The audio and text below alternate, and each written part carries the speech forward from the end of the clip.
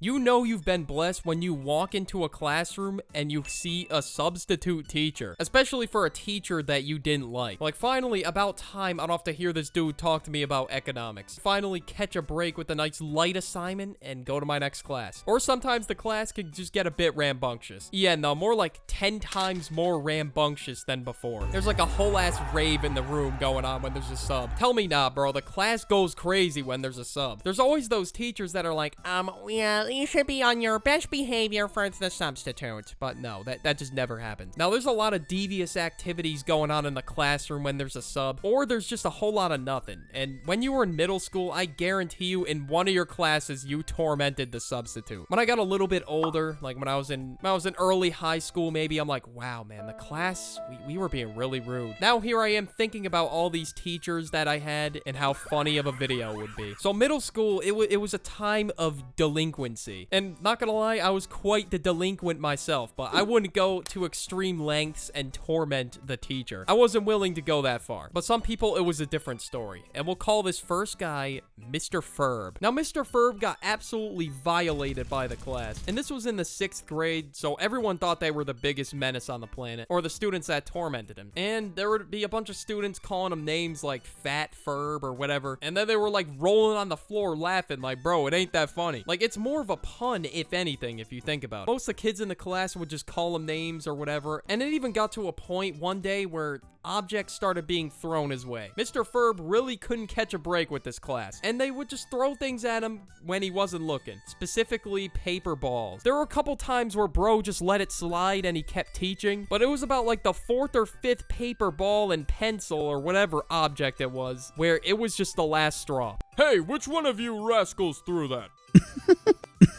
You? Is it you, young man? What's the laughing matter back here? Hey, what is so funny? You're going straight to the principal's, young man. Pack it up, buddy. And safe to say, bro lost his composure. He lost his cool. He was just off the rails. And that wasn't really too common for substitute teachers, but it was for one of my teachers in the 7th grade. Now, for this next period, I had a teacher who wasn't the nicest, we'll say, and we were so hyped when we found out we had a sub. We were geeked. Of course, we would do what the teacher wouldn't let us do and talk. We were being a bit rambunctious as well. Like, we were being pretty loud. It wasn't really anything crazy, if I remember correctly. We were laughing, having a good time because, well, we're stuck in prison for 6 hours and we finally don't have Mrs. Karen. We basically did anything besides schoolwork. Then the next day rolls around. Mrs. Karen walks into the classroom looking as pissed as ever. And she got up to the front and said, "That behavior last class was unacceptable. I can't believe you little shits can't behave yourself in front of a substitute. You guys need to apologize now."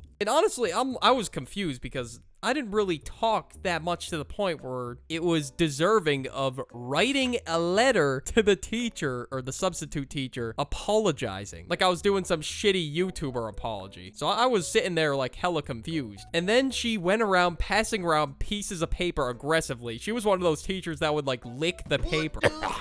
Like, bro, no one wants to look at or smell your musty saliva on that piece of paper. But anyway, I take my piece of paper and I get to writing. And I wrote some really generic shit. Like, "Dear Mrs. Substitute, I know what I did was wrong. I've wronged you, and I'm here to apologize. Things got a bit rambunctious, and I'm sorry. The duck." And you already know I shed a tear for extra emotion. Okay, no, I didn't. But I didn't get done writing this stupid letter. I was about to write some, like, really generic letter. I was 20% of the way there. And then she comes up to our table, which I just had, like, 4 kids sitting with me, and she said, "You guys don't have to write this." Huh? And that's because she said that we are the most behaved table in the class, and she doesn't believe that we would do it. Oh, fuck yeah, dude, let's go. And I didn't have to write that stupid letter. And instead, I just played games on my computer. Turn me up. And I looked all around the class. I had like a couple of my friends in there. And I thought to myself, that's tough. So my table just sat there awkwardly as everyone else wrote their letters in silence. And there's no way anyone put their heart and soul into this.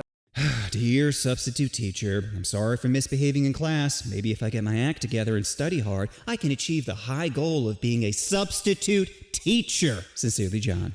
And then the minute we move to high school, it's just a crazy maturity difference, and no one is rambunctious with the sub. I mean, everyone's more laid back still, but the class isn't like going crazy. And of course, having a sub is still a blessing, because they just kick back and do nothing in high school. They would just do like a little spiel, and then they would just not talk for the rest of the class. Okay, everybody, listen up. So you got an assignment due at the end of the period, and she put it in the Google Classroom, so get to it. All right. I would have just some classes like that where it was just completely quiet. And then I had this one class in particular where the substitute teacher was a teacher for like a month. All right, class, I'm going to teach you about them parabolas and algebra. I was told by your teacher to play this video from Sal at Khan Academy and to give you this worksheet after. And yeah, they were not good at teaching. Let's just say that. I was like a fucking nuisance trying to learn everything. Because we had to do it through video and then a worksheet. And forget it, if you were a very curious student and you had questions, this guy couldn't answer them. Mr. Smithson the Fifth couldn't answer. Excuse me, Mr. Smithson the Fifth? I have a question about number 3. So would I square that there, or would I multiply that first and then square? You know, it's kind of mixing me up here.